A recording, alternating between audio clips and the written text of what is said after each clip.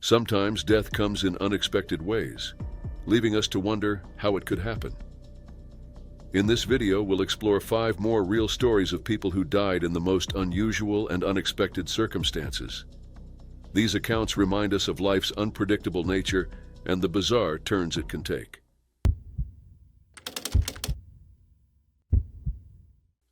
On February 5, 1921, in Detroit, Michigan, Thomas Lynn Bradford, a man in his early 40s, took a mysterious turn in his life. Known for his strong belief in spiritualism, Bradford was deeply convinced that spirits and an afterlife existed. His life came to a sudden end that night, wrapped in circumstances that would later intrigue many. Bradford had led an exciting life. He had worked as an electrical engineer, a professional athlete, and even an actor. But in his later years, he became consumed by spiritualism, believing that people continued to exist as spirits who could communicate with the living. Bradford's passion led him to write essays, give public lectures, and even advertise himself as a psychic around Detroit. In the weeks before his death, Bradford placed an ad in the local paper, seeking someone interested in spiritualistic sciences. This caught the attention of Ruth Doran, a writer from a notable Detroit family. Despite her religious background and lack of experience with spiritualism, she was curious about Bradford's intentions and decided to meet him. During their meetings, he revealed his ambitious plan to prove that spirits could reach out to the living. That February evening, Bradford sealed off his apartment, turned off the pilot light on his heater, and filled the room with gas. Police later discovered his body, along with an unfinished manuscript containing a message about proving the existence of spirits. Authorities suspected it was a deliberate act, but struggled to make sense of his motivations. Doran was questioned, and she clarified that while Bradford had spoken about his theories, he had never mentioned ending his life as part of the experiment. She insisted she had no idea about his plan. With no signs of foul play, the case was closed. Doran, however, felt compelled to continue Bradford's experiment. She gathered a group of Detroit spiritualists and hosted several seances, attempting to contact Bradford's spirit. Unfortunately, none of these attempts succeeded. Yet Doran remained hopeful. In an interview with the New York Times that February, she stated that if Bradford could communicate from the afterlife, he would reach out to her first. She expressed faith in Bradford's theories and promised to wait for any sign from him. Soon after, a spiritualist named Lulu Mack claimed she'd interacted with Bradford's spirit. Mack, who knew nothing of Bradford's life, felt a presence reaching out to her. During a seance, she reported hearing a faint voice calling Bradford's name. Mack explained that because Bradford had only recently crossed over, he wasn't yet strong enough to communicate directly with Doran. She suggested his spirit needed time to grow stronger.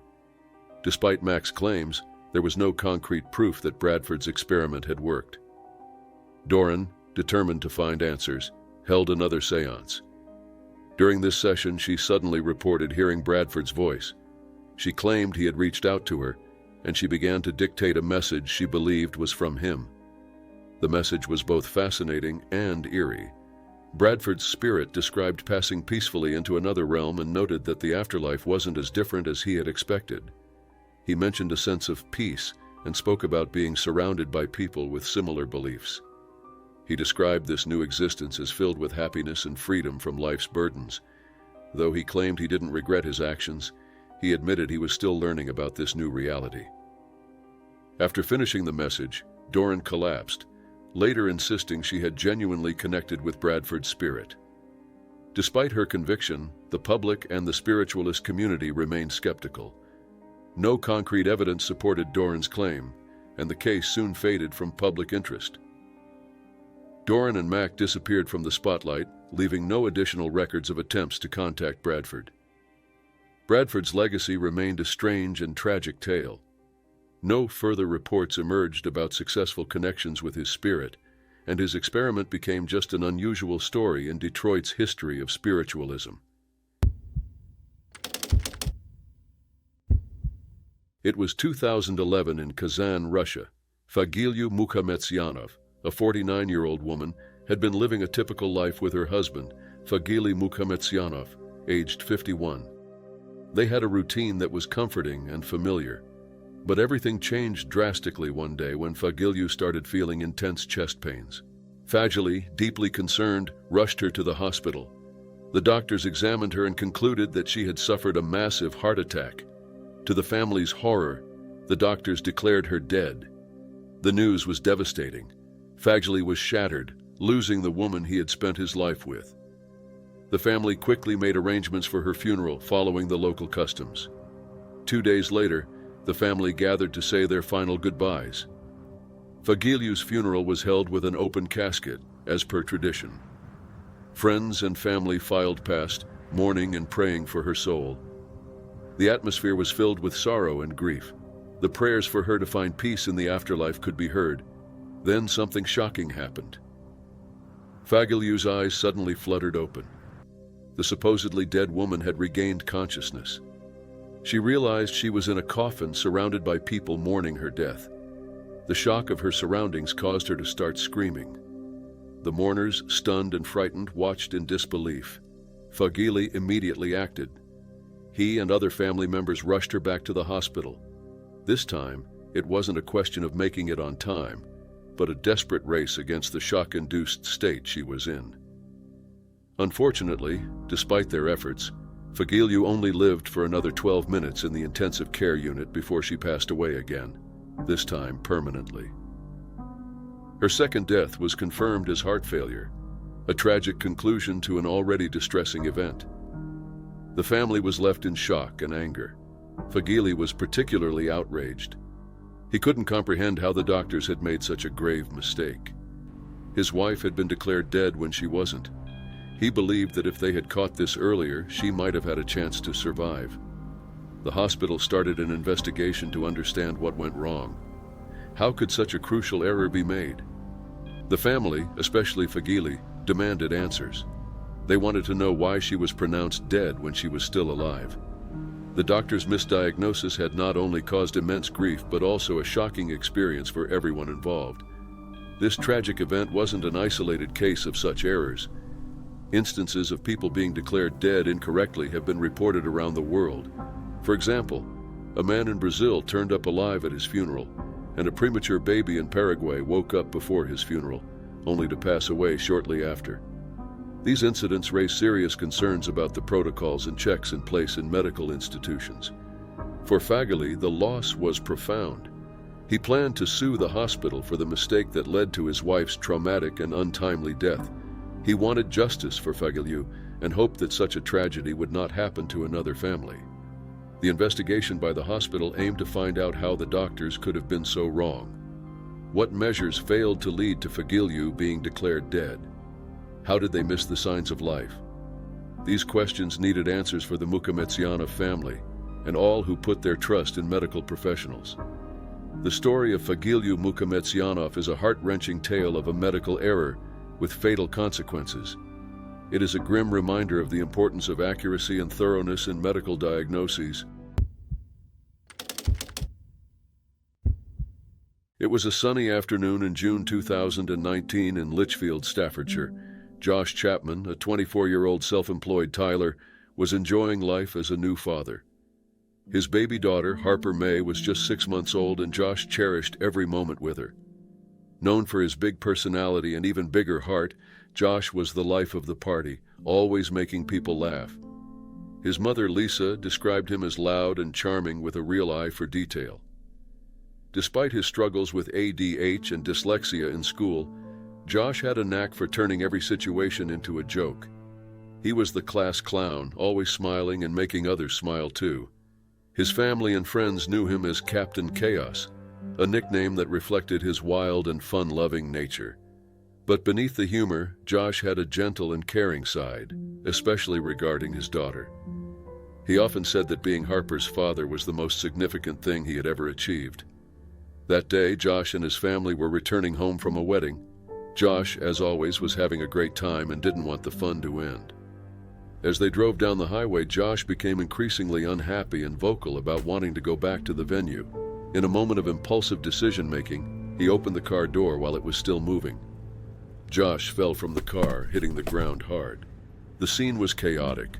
Lisa, along with the rest of the family, panicked as they saw Josh lying on the road, bleeding. They quickly called an ambulance, and paramedics arrived to take Josh to Stoke Hospital. Despite the initial hope that Josh would pull through, doctors delivered devastating news. Josh had suffered a severe brain injury. His brain stem was severed. The prognosis was grim. He wouldn't wake up. The family was in shock. They called Josh's friends and loved ones to say their goodbyes. As Josh lay in a coma, an organ donation nurse approached the family. Josh had signed up to be an organ donor. Lisa recalled him mentioning it once, but they never had a detailed conversation about it. However, Josh had checked in twice to confirm his decision. The family had mixed feelings. Some were unsure about the decision at first, but they ultimately decided to honor Josh's wishes. It was a tough choice, but Lisa believed that if a brain stem could save Josh's life, they would have done anything. Josh had always been matter-of-fact, and they knew this was what he wanted. On August 19, 2019, Josh died. His organs were donated to 6 people, giving them a second chance at life. A letter from the recipients shared their gratitude and detailed how Josh's organs had saved their lives. One recipient, Adam, received Josh's liver, allowing him to return to his wife and 3 children. Another recipient, Alex, received Josh's pancreas and a kidney. These letters brought some comfort to Lisa and her family, knowing that Josh's death had given life to others. Josh's funeral was a celebration of his life. His friends organized a pub crawl on his birthday every year, calling it the Tour de Chappie. As they left the church, they played Sweet Caroline, Josh's favorite song. The family kept Josh's memory alive with colorful decorations on his grave, and by sending balloons every Christmas, a holiday Josh loved. Harper, now 5 years old, knows about her father through home videos where he sang to her and made her laugh. Lisa keeps the letters from the organ recipients in a memory box for Harper to read one day. Harper is a spitting image of Josh, with his personality and sass, making it feel like a part of him is still with them. Josh's story highlights the importance of organ donation. His decision to be an organ donor saved 6 lives and brought hope to many families. As part of Organ Donation Week, the NHS Blood and Transplant Service celebrates the lives saved by organ donors like Josh. With over 100,000 lives saved since the creation of the NHS Organ Donor Register in 1994, the need for more donors is ever present. In the UK, all adults are considered potential organ donors, but people are encouraged to register their decisions online to clarify their intentions. Lisa and Emma, Josh's partner, now advocate for organ donation, encouraging others to join the register. Josh's legacy lives on through the lives he saved and the love he left behind. What if Josh hadn't opened that car door? What if there was more awareness about the dangers of impulsive decisions? What if more people knew the importance of organ donation and registered their decision? These questions linger, but one thing is certain. Josh's decision to donate his organs turned a tragic accident into a life-saving legacy.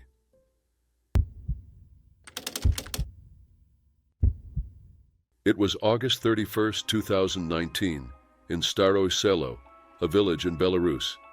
Yulia Sharko, a 21-year-old mother of 2, was celebrating her birthday with her family and friends.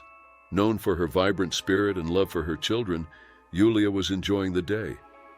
But as the evening drew near, a tragic accident would change everything. Yulia and her family were at a friend's house, enjoying the warm summer day. The children were playing, and everyone was in high spirits.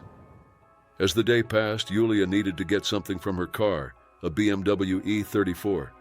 Her 2-year-old daughter was inside, and Yulia decided to lift her out through the half-open front passenger window. In seconds, what seemed like a simple action turned into a nightmare. As Yulia reached through the window, her daughter accidentally pressed the automatic window button. The window started to close, trapping Yulia's neck. It was a freak accident. The window jammed around her neck, cutting off her air supply. Within moments, Yulia lost consciousness. Her husband, Artur, found her shortly afterward. He was shocked to see his wife hanging from the car window unconscious and not breathing. In a panic, he broke the window to free her and pulled her out, hoping to revive her. The scene was chaotic, with friends and family rushing to help. Artur immediately called emergency services. Yulia was taken to Brest Regional Hospital in critical condition. The medical team worked tirelessly to save her. She suffered severe asphyxia, which led to irreversible brain damage. For 8 days, Yulia remained in a coma, her family hoping for a miracle. But on September 8, 2019, she passed away. Her brain had suffered too much damage from the lack of oxygen. Yulia's death left a deep void in the lives of those who knew her. She was a devoted mother to her 2 young daughters, 4-year-old Margarita and 2-year-old Ariana. Her family was devastated. The investigation by the Belarus Investigative Committee confirmed the details of the accident. The committee stated that Yulia had been trying to get her daughter out of the car when the child pressed the button, causing the window to close and fatally injuring Yulia. The incident was widely reported in local and international media. Photos of Yulia with her family and the car involved were shared, painting a heartbreaking picture of the tragedy. As an account manager, Yulia was remembered as a loving mother and kind-hearted person. What happened to Yulia Sharko is a sobering reminder of how quickly life can change. She was celebrating her birthday one moment, and the next, she was gone. It's a tragic story that underscores the importance of being cautious, especially around children and machinery.